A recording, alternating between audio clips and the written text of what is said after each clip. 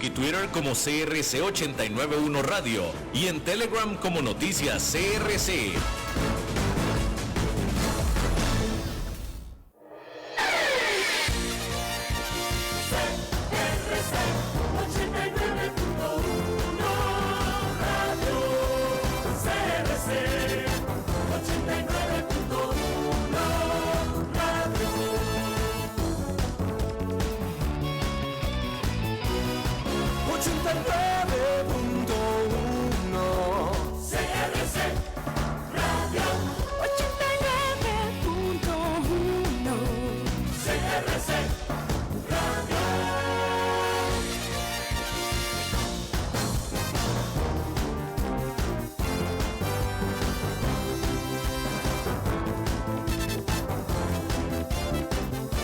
Transcomer, puesto de bolsa de comercio, presenta a las 5 con Alberto Padilla.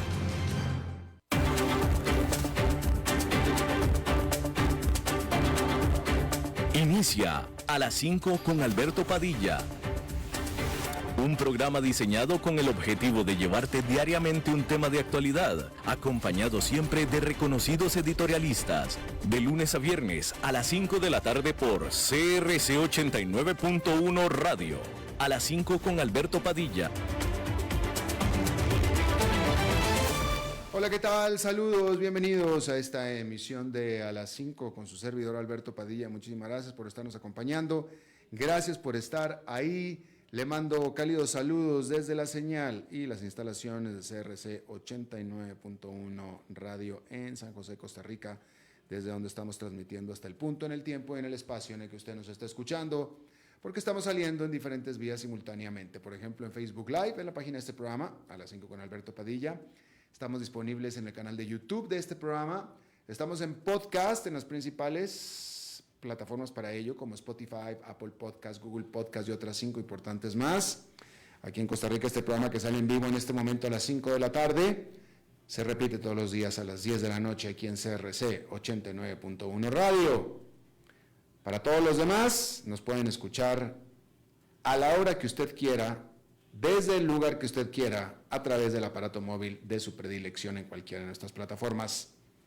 En esta ocasión nos acompaña, al otro lado de los cristales, tratando de controlar los incontrolables, el señor David Guerrero, mientras que la producción general de este programa, siempre poderosa, desde Colombia, a cargo del señor Mauricio Sandoval. Bien, hay que comenzar informándole que finalmente la Unión Europea llegó a un acuerdo para transmitir, para traspasar ayuda financiera importante, clave, a Ucrania de una manera más expedita de la que se estaba esperando, luego de la reunión cumbre de la Unión Europea en Bruselas este jueves. Los líderes de la Unión, todos los 27 estados de la Unión, acordaron la liberación de $54 mil millones de paquete de ayuda a Ucrania. El gobierno de Kiev necesita este dinero, primero que nada, para funcionar. Hay que decir que durante una cumbre de la Unión Europea de diciembre, solamente hubo un rezagado, que fue Hungría, quien hizo impedir o bloquear este paquete europeo para Ucrania, porque todos tienen que estar de acuerdo o simplemente no se puede. Y el único que no estaba de acuerdo era Ucrania. Por tanto, muy pocos esperaban que en la reunión de este 1 de febrero este dinero fuera a destrabarse. Pocos pensaban que Hungría iba a dar su venia para este paquete. Hay que decir que la decisión de la Unión Europea es mucho más importante todavía, dado que la propia ayuda de los Estados Unidos está detenida en el Congreso por asuntos políticos. Por tanto, Ucrania carecía prácticamente de todo tipo de ayuda. Hay que decirle que, como se lo informamos ayer, en la jornada de este miércoles, en la víspera de esta reunión de jueves, algunos oficiales europeos habían dado amenazas veladas, habían sugerido que se le estaba poniendo presión a Hungría para que este país finalmente levantara el veto que tenía para este paquete de ayuda para Ucrania. Estas amenazas incluían negarle a Hungría los fondos de la Unión Europea,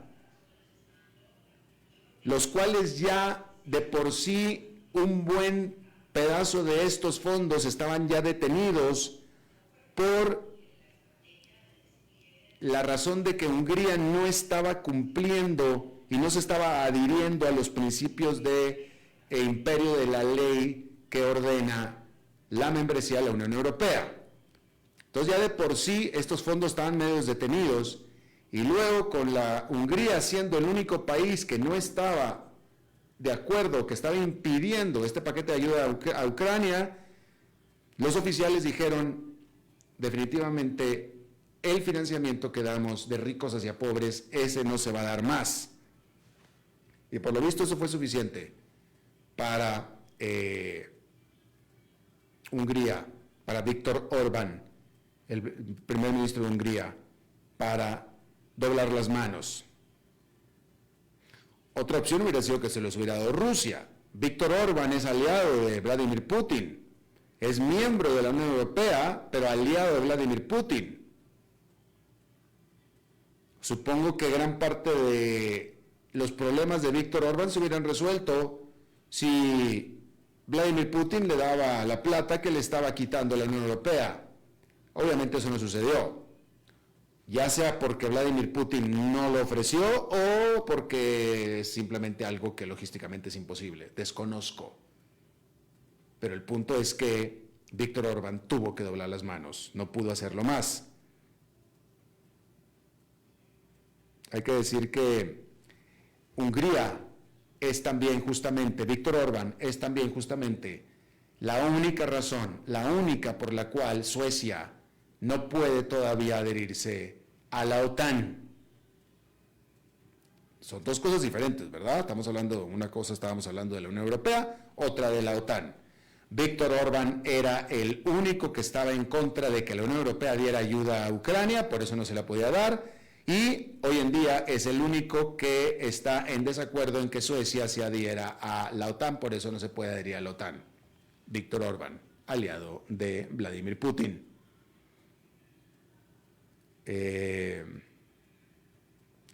Ante esto hay que decir que el líder del Consejo Europeo, Charles Michel, dijo que este acuerdo de paquete de ayuda a Ucrania garantiza esta ayuda en el largo plazo de apoyo hacia Ucrania.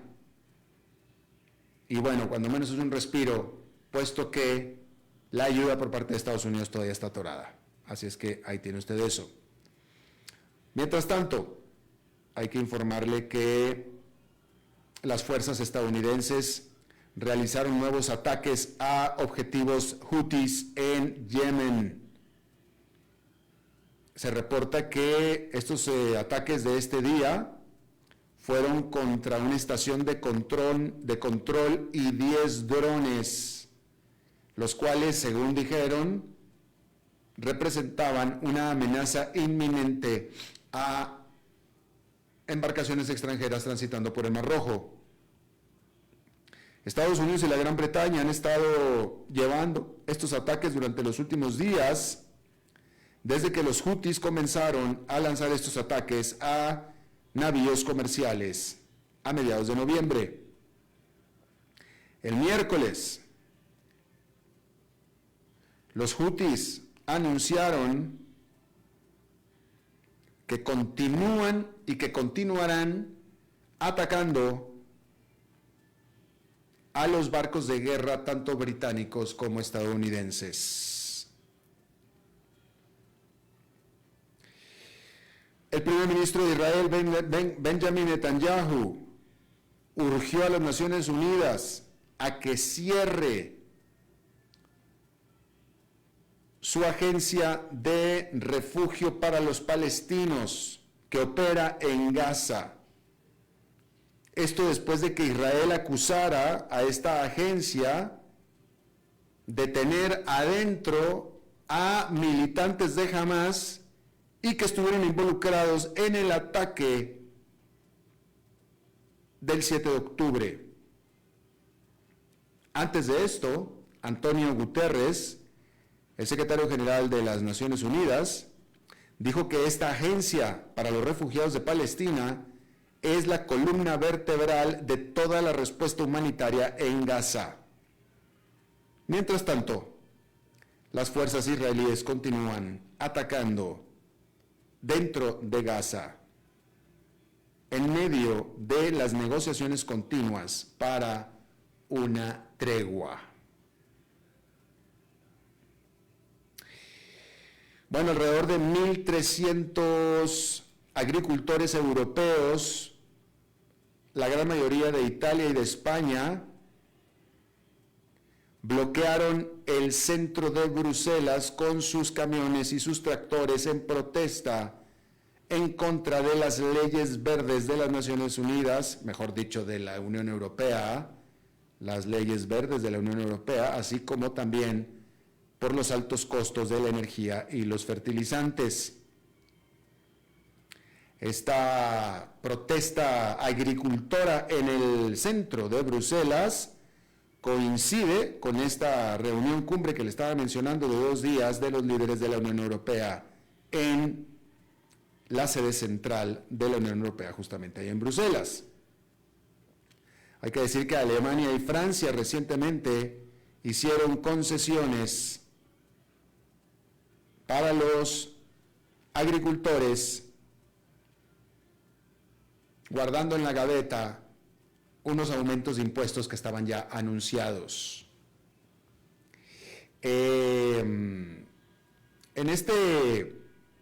Pues fíjese cómo, ¿cómo lo quiero decir?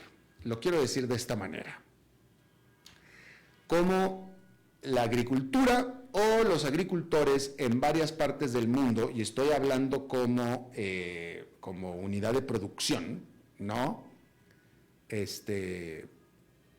Porque, lo que estoy tratando de decir es cómo los agricultores son considerados por algunos gobiernos y ellos mismos se consideran, mejor dicho, ellos mismos se consideran y son considerados y tratados por los gobiernos, por algunos gobiernos, como una entidad productiva especial, diferente, ¿no? Si usted tiene, si usted es un agricultor, en el caso de Europa, todo esto viene por la demanda que están teniendo, las demandas, la protesta que están teniendo los agricultores en Europa, por el alto precio de los combustibles y de los fertilizantes. O sea que quieren que se los subsidien, ¿verdad? Porque el alto precio de los fertilizantes y de los combustibles es un alto precio de los fertilizantes y combustibles, sobre todo los combustibles para todos, no nada más para los agricultores, es para todos. Pero no todos están en Bruselas o donde sea protestando por esto, ¿verdad? Porque todos entendemos pues que los combustibles suben de precio, pues ni modo, es una realidad tristísima, pero pues así es. ¿Pero por qué están protestando los agricultores? Porque ellos se sienten especiales y quieren que les bajen los precios, es decir, que se los subsidien. A ellos, no a nosotros, a ellos. Usted no va a ir a manifestarse a una oficina gubernamental o yo no sé a dónde porque le subieron la gasolina, pues no, que te suban la gasolina, pues es algo, ya lo sabemos, pues ya todos estamos acostumbrados, todo el mundo, pues todos, pero no los agricultores. ¿Por qué? Pues porque son especiales. ¿Por qué? Pues porque producen alimentos, ¿sí? Entonces, si usted produce alimentos y es agricultor, usted es especial y tiene un tratamiento especial. Si usted vende esos alimentos, no, usted no tiene tratamiento especial, usted no. El que los produce, sí. Y pues ahí está. Ahora, hasta donde yo sé, digo, yo no soy agricultor, ¿verdad? Lo más cercano que he estado yo a eso es a ganadero, pero no agricultor, ¿sí? Pero pues hasta donde yo puedo saber, en muchos sentidos, un agricultor pues es un negocio, pues funciona como un negocio, invierte, vende, saca lucra, pues es un negocio, invierte, saca utilidades, pues es un negocio, punto. Pero en Europa, particularmente en Europa, hay un tratamiento especial y por eso ellos exigen un tratamiento especial. Y pues es uno de estos lugares en los que van y se quejan porque les aumentaron los combustibles. Nadie más nos quejamos, pues es parte de la vida. Pues allá no, ahí está. Así es que bloqueado Bruselas, así es que lo tiene usted. Hay que decir, cambiando de tema completamente, que una de las grandes petroleras del mundo, la británica Shell, reportó utilidades anuales de poco más de 28,000 millones de dólares durante el 2023. Utilidades, estamos hablando de beneficios, utilidades, lo que le sobró, lo que ganó. No lo que ingresó. Una cosa es el ingreso y otra cosa es la utilidad. La utilidad es lo que le quedó de ganancia. Más de 28,000 millones de dólares durante el 2023. ¿Qué le parece a usted de ganancia esa cantidad? Fíjese, vamos a ver si puedo hacer que... A ver, aquí debe ser, mire, vamos a hacer así... Aquí están, 28,000 millones de dólares, que en realidad fueron más. Fíjese, tuvo la Shell utilidades por más de 76 millones de dólares por día durante el 2023. Más de 76 millones de dólares de utilidades por día. Más de 28,000 millones de dólares en todo el año. No está nada mal, nada mal. Bien, entonces le decía yo que sin embargo estas utilidades del 2023 fueron más bajas que los que recibió en el 2022, pero de todos modos es el segundo año con mejores utilidades desde el 2011. Por supuesto que la invasión de Rusia a Ucrania hizo disparar los precios del principal producto que exporta y que genera y que produce la Shell, que es petróleo. Y lo que sucedió y lo que está sucediendo entre Hamas y Israel en el Medio Oriente, pues ha hecho que los precios del petróleo permanezcan elevados. La compañía también anunció que va a recomprar 3.500 millones de dólares de sus propias acciones durante este trimestre y va a aumentar los dividendos. Por supuesto que las acciones de Shell subieron con estas noticias. Eso fue Shell, ¿sí? La petrolera, producto tradicional que es el petróleo. Vamos a hablar de una compañía digital, Meta, la dueña de Facebook y de Instagram y de WhatsApp. Las acciones de Meta saltaron 15% después de que anunciara Meta que sus utilidades, sus ganancias se triplicaron. Y Meta anunció que va a tener un dividendo, va a ofrecer un dividendo por primera vez en su historia. Autorizó una recompra accionaria por 50,000 millones de dólares.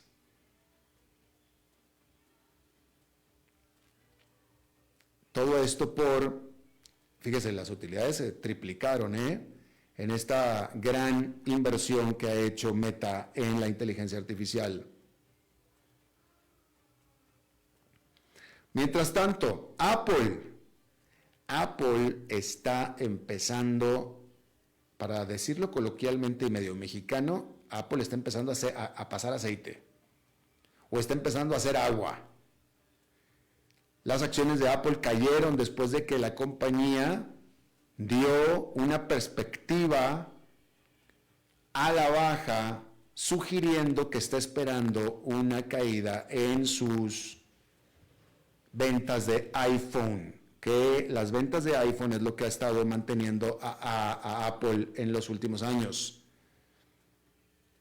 Pues ahora está esperando una disminución en las ventas de su producto principal, que es el iPhone. Hablando de esto, bueno, y otra cosa que está pasando con Apple, y esto es importante, es que de las grandes empresas tecnológicas de Estados Unidos, acabamos de hablar de Meta, pero también Google y también Microsoft,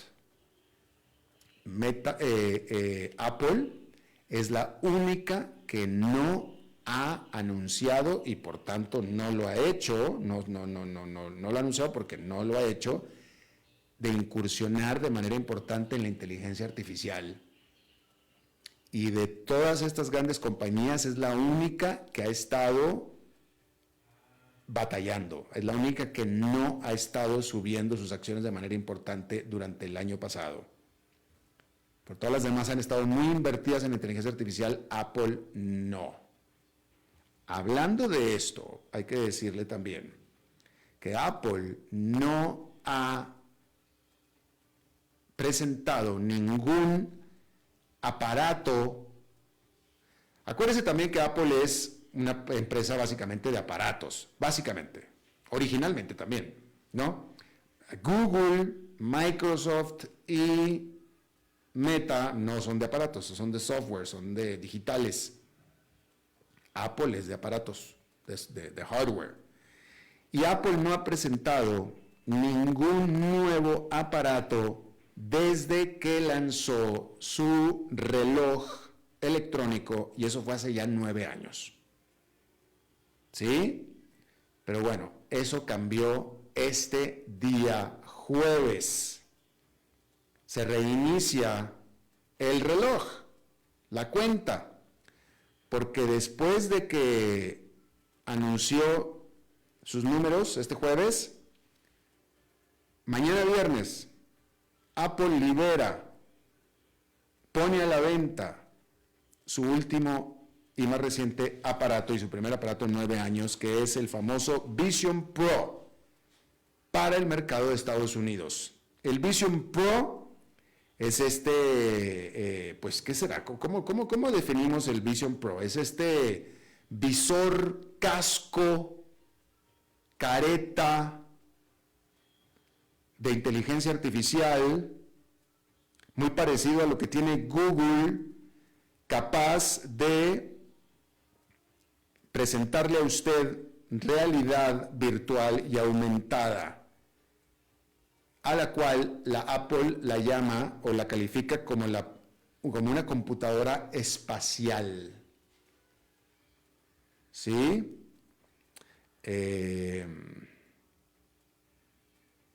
Por cierto, hay que decirle que los números que presentó Apple no fueron tan malos. El problema no fueron tan malos hasta eso. El problema es la perspectiva que está esperando para este año. Pero los números no estuvieron tan malos. Dijo que precisamente por la nutrido ventas de iPhones, Apple hizo $97,000 millones en los 12 meses que terminaron el 30 de septiembre. $97,000 millones. Imagínate, eso es lo que es. Muchísima plata, ¿sí? Y tiene reservas en efectivo por $162,000 millones con los cuales puede hacer maravillas. Pero esto fue básicamente por el iPhone, porque el resto de las categorías de aparatos que tiene, todas cayeron, específicamente durante el pasado trimestre.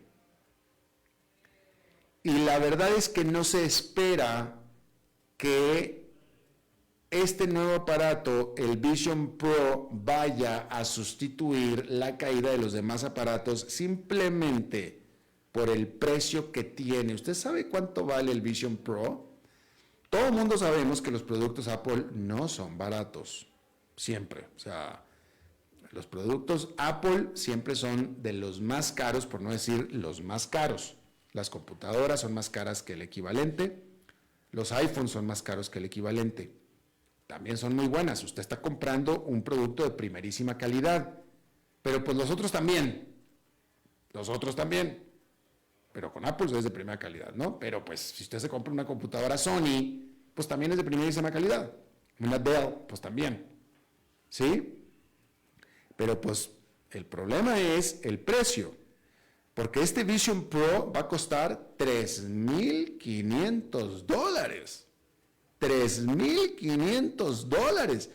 Una MacBook Air cuesta $1,000. Y ya me parecía cara. $3,500 va a costar el Vision Pro. Y por tanto, siendo muy realista, la Apple estima que va a vender solamente ni siquiera 1 millón de Vision Pros durante el primer año de ventas. ¿Sí? Y aparte, no le queda claro a nadie exactamente cuál va a ser la utilidad práctica de este Vision Pro. Aparte. O sea, lejos están los tiempos cuando Apple presentaba productos que cambiaban el mundo. O sea, cuando salió el iPod, cuando salió el iPhone, nadie los necesitaba, creíamos, cuando los presentaron, la gente dijo, wow, ya no puedo vivir sin esto y todavía ni lo tengo. No fue el caso con el Vision Pro, cuando menos hasta ahora. ¿Sí? Lo que sí, y esto es bien importante, lo que sí es que Apple está esperando que con el Vision Pro suceda el mismo fenómeno que sucedió cuando presentó el iPhone. Que el iPhone también era carísimo, ¿sí? Y este fenómeno es que sean los desarrolladores los que empiecen a alimentar el aparato e inventar maneras de hacerlo útil para el público en general. ¿Por qué digo esto? Porque cuando salió el iPhone no había prácticamente aplicaciones, no había apps. Fueron los desarrolladores los que empezaron a hacer las apps que hicieron al iPhone funcional. ¿Sí? Fueron los desarrolladores, no fue Apple. Apple nada más puso el aparato. Fueron los desarrolladores los que hicieron las aplicaciones, como WhatsApp. WhatsApp era una aplicación que ya después compró Meta, pero era una aplicación WhatsApp. O cualquier otra. Bueno, pues están esperando que los desarrolladores le encuentren un motivo para existir y hacerse básico al Vision Pro. Y en la medida que esto sea así, entonces puede ser que con todos los $3,500 pueda suceder algo positivo para Apple en términos de las ventas y de los resultados que va a generar el Vision Pro. Pero ese sí, pues usted está de acuerdo que con $3,500 que cuesta, pues uno tiene que ser demasiado rico y dos, demasiado fanático de Apple.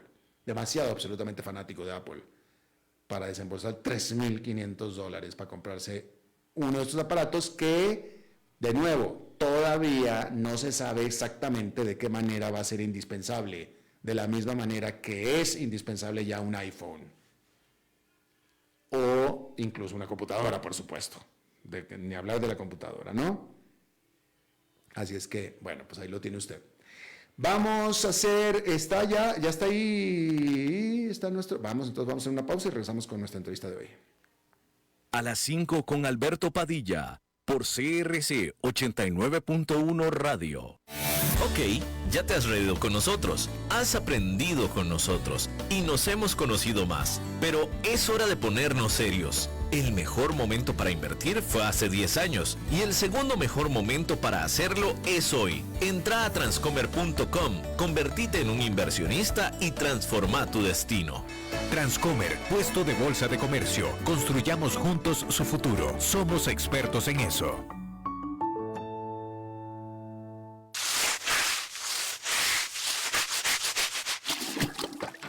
¿Están cansados de limpiar tanto el piso de su casa? No sufran más. Cambien esta cerámica con porcelanatos pulidos antibacteriales y súper fáciles de limpiar. En Porcerámica, número 1 en porcelanatos.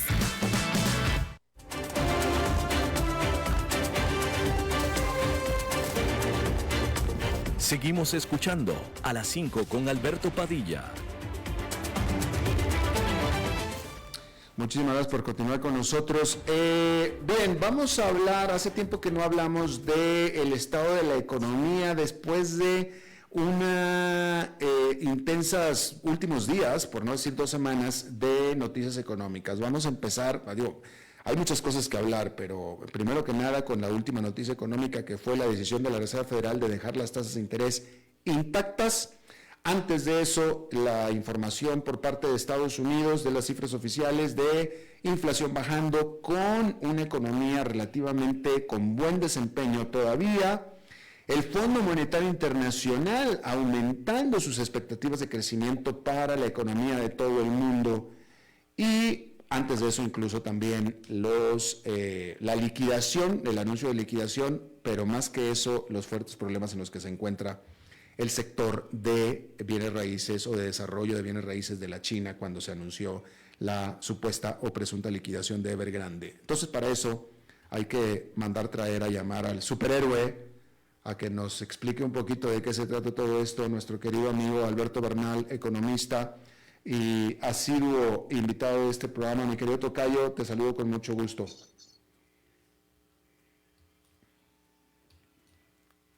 Yo no escucho a mi querido tocayo. ¿Me escucha él a mí? ¿Él está hablando o no? ¿Está o no está? Sí está, pero tocayo, ¿tendrás el mute puesto?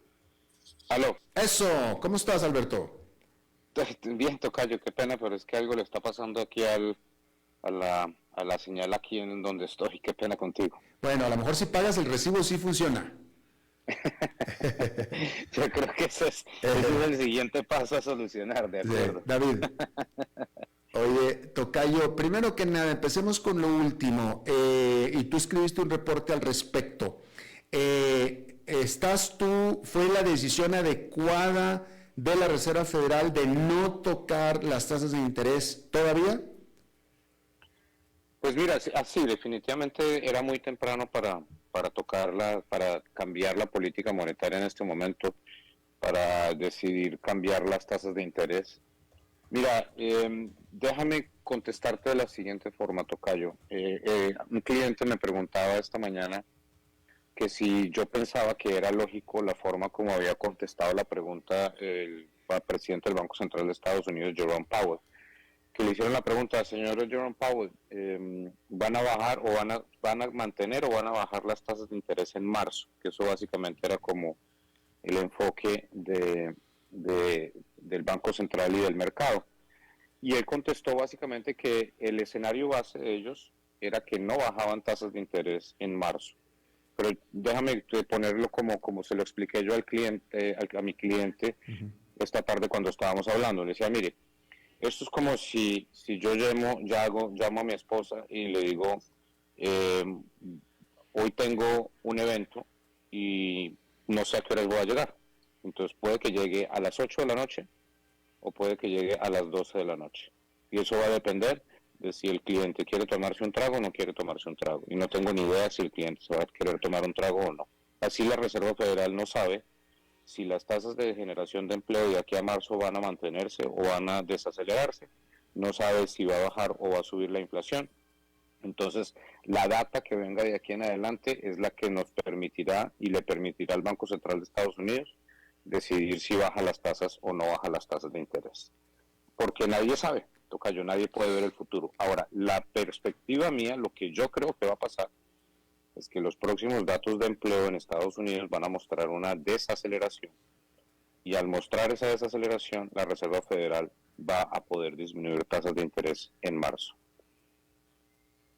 De hecho, acabo de leer aquí, déjame ver si lo encuentro, acabo de leer un titular de que la contratación en enero en Estados Unidos fue mucho menos que la esperada.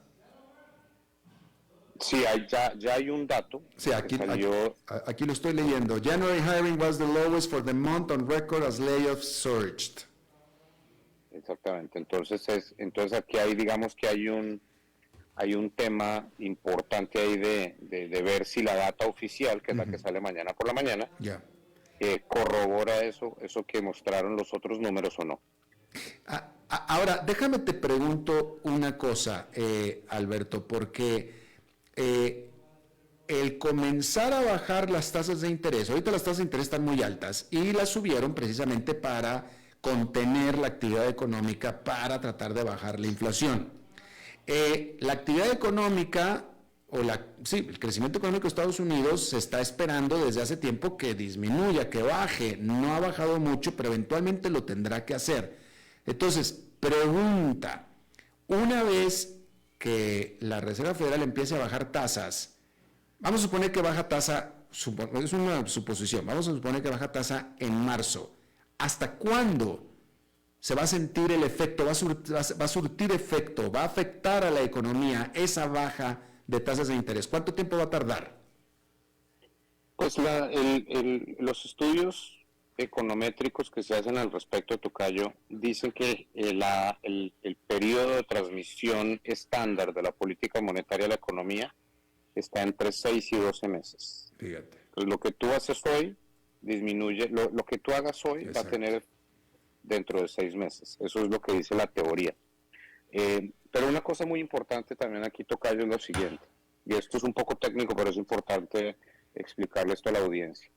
La tasa de interés que realmente importa no es la tasa de interés nominal, que es el 5.5% de tasa de interés que tiene la Reserva Federal en este momento, sino la tasa real, que es la comparación entre la tasa de interés y la inflación. Entonces aquí un tema súper importante es que si, por ejemplo, si tú tienes una tasa de interés de 5.5%, y la tasa y la inflación es 5.5, la tasa real de interés es 0. Por lo tanto, para ti como consumidor es mejor comprarte un carro, por ejemplo, y endeudarte. Un carro es un mal ejemplo. Es mejor comprarte una moneda de oro y endeudarte, porque el costo de endeudarte es básicamente la misma que la inflación. Entonces no pierdes al endeudarte. Ahora, si la inflación es 0 y la tasa de interés es 5.5, pues entonces cuando tú te endeudas y los precios no suben, están al 0 y tú te pagas 5.5%, pues entonces tú todos los días estás perdiendo muchísima capacidad de compra. Entonces lo que importa es la diferencia entre la tasa de interés y la inflación. Y lo que yo pienso, tocayo, es que como la inflación va a seguir bajando en Estados Unidos, la Reserva Federal no va a tener opción de diferente a disminuir la tasa de interés, ni siquiera para generarle más estímulo a la economía, sino para evitar que se ponga más contraccionista la política monetaria. El Fondo Monetario Internacional esta semana ajustó al alza su estimado de crecimiento para la economía del mundo, citando precisamente la continua fortaleza de la economía de Estados Unidos y la ayuda fiscal que está haciendo, la ayuda fiscal que está haciendo China a su economía. ¿Cuáles son tus primeras impresiones de esta decisión del Fondo Monetario Internacional de ajustar el crecimiento del mundo al alza por China y Estados Unidos? Pues es lo mismo que hemos visto en el banco, en tocayo, o sea, en XP también ajustamos al alza nuestras expectativas de crecimiento para Estados Unidos. En China las mantuvimos en un crecimiento de 4.7% en el 2024, eso es lo que esperamos nosotros. Y en Estados Unidos teníamos, antes del último dato de crecimiento, teníamos 1% para el 2024 y lo subimos a 1.3%. El Fondo Monetario lo tiene más alto para Estados Unidos a propósito. Pero digamos que lo importante acá es que la dinámica y el impulso con el que llega la economía de Estados Unidos al último trimestre nos permite a los economistas incrementar el número para el 2024, porque el 2024 en cierta forma está atado al impulso que viene el 2023. Entonces, si la economía hubiera crecido menos en el cuarto trimestre del 2023, el Fondo Monetario no hubiese incrementado sus expectativas de crecimiento 2024, y nosotros tampoco. Entonces yo creo que es un tema matemático y estoy totalmente de acuerdo con la matemática que utilizaron los técnicos del Fondo Monetario. Ante el desempeño que acabamos de conocer de la economía de Estados Unidos en el 2023, que cerró con buen crecimiento, ¿cuál es tu probabilidad en este momento, ya en febrero, de que la economía de Estados Unidos pueda tener una recesión durante el 2024? Pues me tocó reducirla, tocayo. Yo siempre he seguido pensando que lo más probable es que la economía de Estados Unidos tenga una recesión muy leve en el 2024, porque eso es lo que normalmente sucede cuando tenemos una cantidad de indicadores que nos han dado la posibilidad en los últimos meses, trimestres, tocayo, de hablar de recesiones, que generalmente cuando se ven cosas así son temas muy técnicos, pero digamos que los analistas y los economistas los usamos porque en el pasado han servido para pronosticar recesiones, y en este momento 2 de esos 3 modelos que se utilizan mucho siguen mostrando la probabilidad muy importante de que Estados Unidos tenga una recesión. Pero aquí lo importante, tocayo, es qué tan agresiva va a ser esa recesión en caso de que lo haya, y lo que sí se ve a través de todo de toda la información fidedigna que existe, que nosotros podemos utilizar, es que esa recesión debería ser muy leve. La recesión, digamos que una recesión en que las familias normales en Estados Unidos no es que dejen de salir a comer en familia, por ejemplo, sino que salen a comer en familia, pero en vez de pedir postre, se comen el postre una vez vuelven a la casa para ahorrarse unos dólares. Entonces es una recesión diferente, no es que la familia deje de salir a comer, sino que se vuelve un poco más cauta en el gasto que está haciendo. Y esa es la clase de recesión que vamos a ver. Y por lo tanto, si yo tengo razón en eso que te acabo de contar, pues va a ser una situación donde se cumple lo que dicen los modelos que va a pasar, pero que va a tener muy poco efecto, digamos, real dentro de las familias que viven en Estados Unidos. Tocayo, voy a hacer yo aquí una pequeña reflexión que se va a salir del ámbito de la economía, me parece a mí, no sé si es que escuchándote estaba reflexionando acerca de esta economía de Estados Unidos tan resiliente, como para decir un anglicismo, ¿no? De cómo se ha mantenido y sigue poderosa, y estaba pensando y reflexionando en este año electoral, en el que el presidente Donald Trump ha estado enfocándose en lo único en lo que se puede enfocar, que es en el asunto de la inmigración, porque la economía no puede decir nada, desafortunadamente, la economía no puede absolutamente decir nada. Yo creo que todo el mundo estábamos apostando en que la economía iba a ser uno de los puntos débiles de la reelección de Joe Biden, pero parece ser que no es así. Entonces, de lo único que se puede agarrar su enemigo número uno es de la inmigración, pero nada más, pareciera. Estoy totalmente de acuerdo. Y tocayo, lo que dicen, o sea, las formas como yo o trato de hacer estas predicciones tan difíciles como qué diablos va a pasar en las elecciones, es mirando lo que piensa el mercado y lo que piensan los agentes dentro de la economía. Y por ejemplo, tocayo, hay una página de internet que la seguimos muchísimo todos los que trabajamos en Wall Street, que se llama Predicted. Y Predicted es un lugar donde la gente puede hacer apuestas sobre quién va a ganar la elección en el 2024, sobre si los demócratas van a volver a ser mayoría en la Cámara de Representantes, si los republicanos van a ganar el Senado. Todas esas cosas se pueden hacer, esas apuestas. Y eso ha funcionado muy bien en el pasado, con muy pocas excepciones. Y te cuento una cosa, en este momento, el contrato de que gane Joe Biden las elecciones de 2024 vale 49 centavos por cada dólar, o sea, un 49% de probabilidad le da al mercado que gane Joe Biden. Y el contrato de Donald Trump vale 49 centavos por cada dólar, o sea, 49% de probabilidad de que gane Joe Biden, 49% de probabilidad de que gane Donald Trump. Mejor dicho, estamos 50-50, nadie sabe. Lo que sí te puedo decir es que cualquier otro candidato diferente a Joe Biden del Partido Demócrata que estuviese compitiendo con Trump, le estaría ganando por mucha ventaja el candidato demócrata a Trump. Biden yo pensaría que es su peor enemigo, es un candidato muy débil, un candidato que tiene ya, y es terrible decirlo, pero es verdad, está muy viejo para hacer campaña. Entonces, cualquier otro candidato demócrata le estaría ganando a Trump. Y por el lado de los republicanos, cualquier otro candidato diferente a Trump le estaría ganando a Biden por 10 o 15% en este momento. Entonces, fíjate en lo que estamos.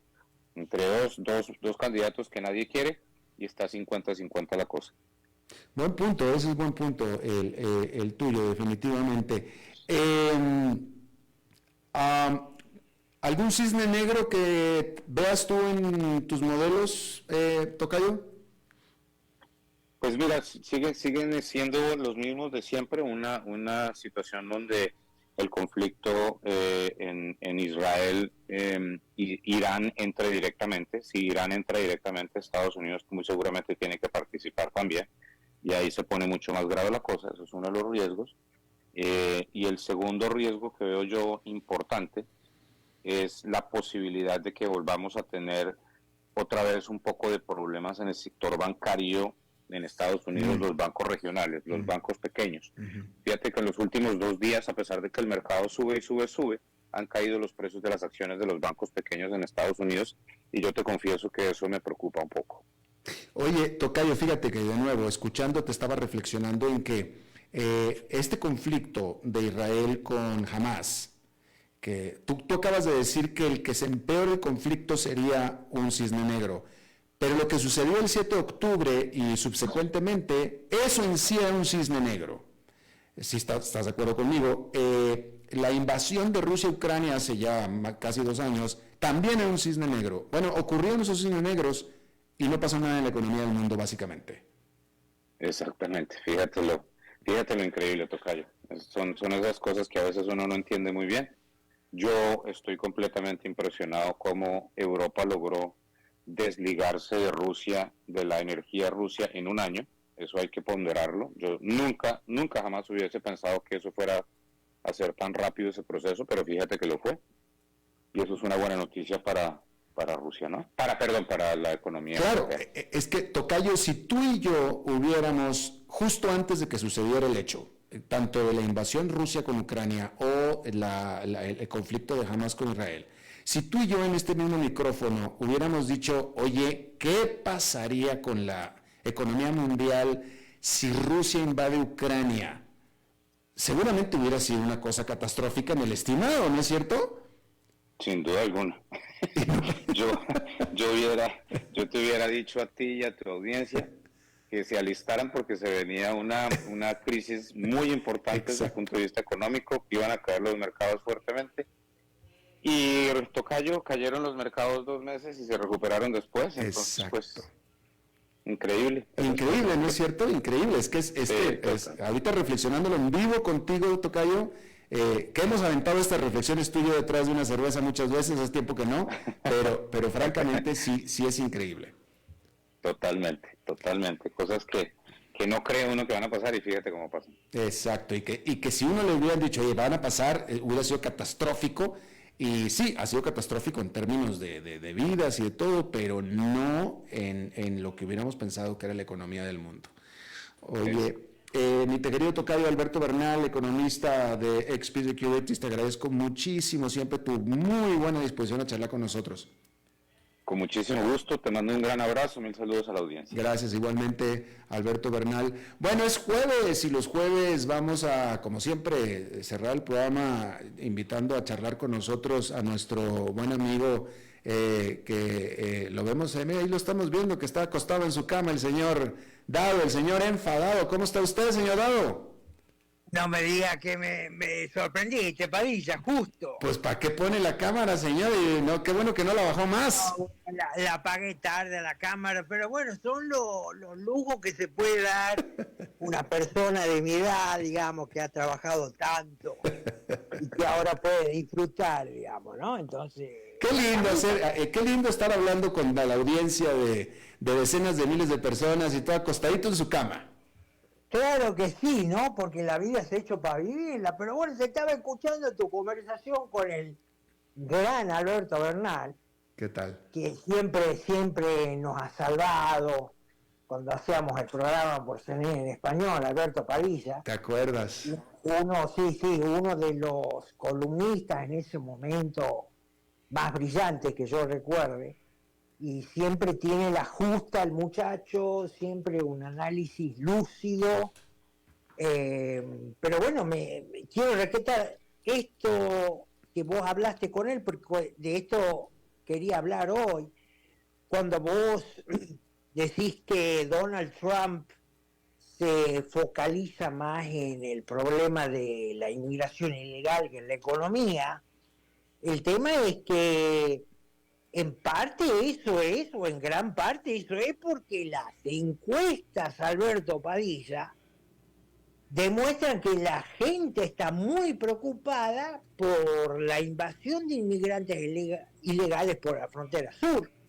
Entonces, esa es la mayor preocupación. En un segundo lugar está la economía, pero no porque la economía sea un tema menor, sino porque los efectos de la inmigración ilegal se están haciendo ver todos los días en las grandes, medianas y hasta pequeñas ciudades. Fíjate, a comienzo de esta semana se divulgaron imágenes de 4 inmigrantes ilegales venezolanos que atacaron y golpearon a 2 policías en la ciudad de Nueva York, cerca de Times Square. Y bueno, los golpearon, los dejaron malheridos, a los ilegales los detuvieron, pero hoy o ayer, no estoy seguro, los liberaron. El secretario de Justicia de Nueva York los liberó sin que pagaran un centavo de fianza. Los tipos, cuando eran enfocados por las cámaras al salir de la alcaldía donde estaban detenidos, hicieron levantaron el dedo medio, ¿no? Con el clásico señal de desprecio, y ahora se estima que los tipos se fugaron a California. Lo que te quiero decir, este es un caso, dentro de los más recientes, de casos donde los inmigrantes ilegales no solamente están golpeando a la gente, están violando jovencitas, menores de edad, están atracando casas, están produciendo distintos desmanes, están saturando la capacidad de prestaciones de servicios públicos como hospitales, escuelas, y eso obviamente lo siente el ciudadano de esos lugares que están siendo invadidos por los inmigrantes ilegales, y evidentemente es algo que les está pegando cada vez más, y de esa forma ellos expresan su preocupación en las encuestas, y obviamente que Donald Trump recoge esta preocupación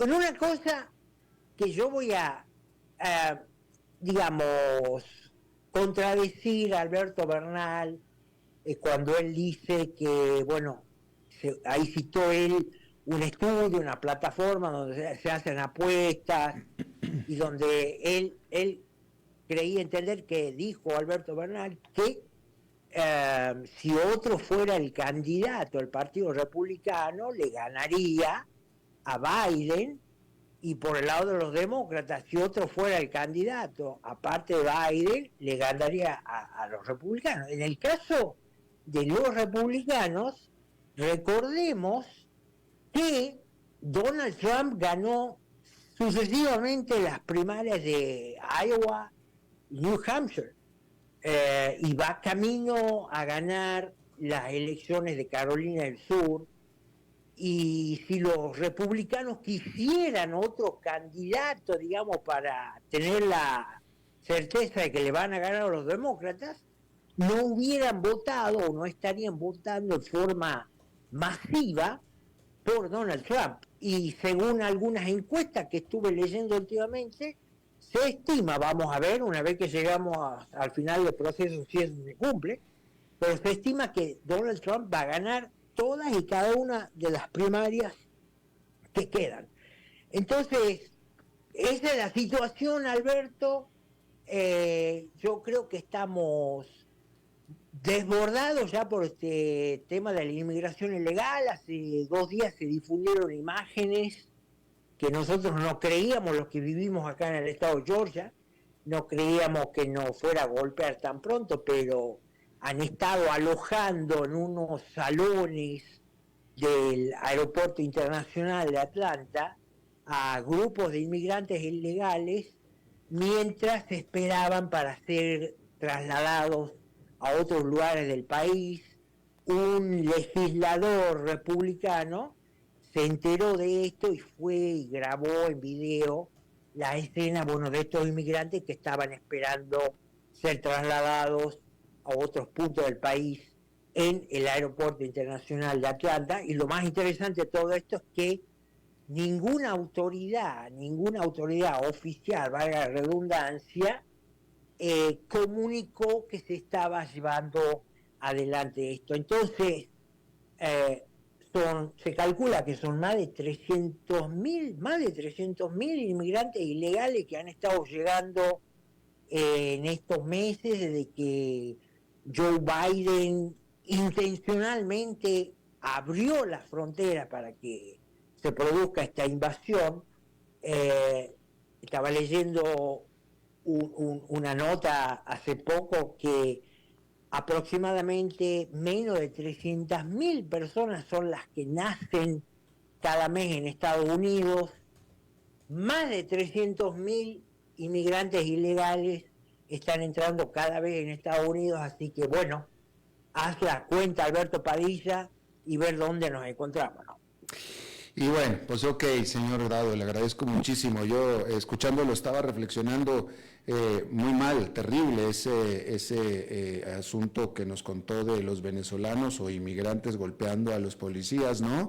Pero yo me preguntaba, yo no sé cada cuándo los policías son golpeados por personas en la calle, pero de la tasa que debe ser recurrente, porque el ser policía es una actividad muy peligrosa, de la tasa de asaltos que sufre un policía sobre su cuerpo, pues qué tantos son ciudadanos americanos y qué tantos son inmigrantes. Pues yo creo que inmigrantes deben ser los de menos, ¿no?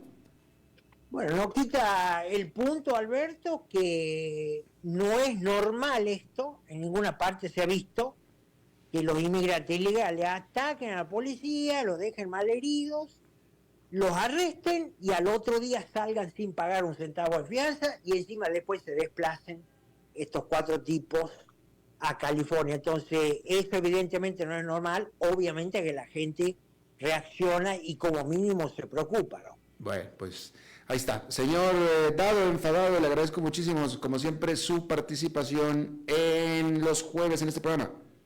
Un placer, Alberto. Saludos a ti, el equipo, la audiencia. Igualmente para usted, hasta luego. Bien, eso es todo lo que tenemos por esta emisión de A las 5 con su servidor Alberto Padilla. Muchísimas gracias por habernos acompañado. Espero que termine su día en buena nota, en buen tono. Y nosotros nos reencontramos en 23 horas. Que la pasen muy bien.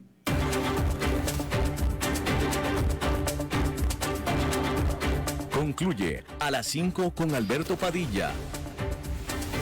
Un programa diseñado con el objetivo de llevarte diariamente un tema de actualidad.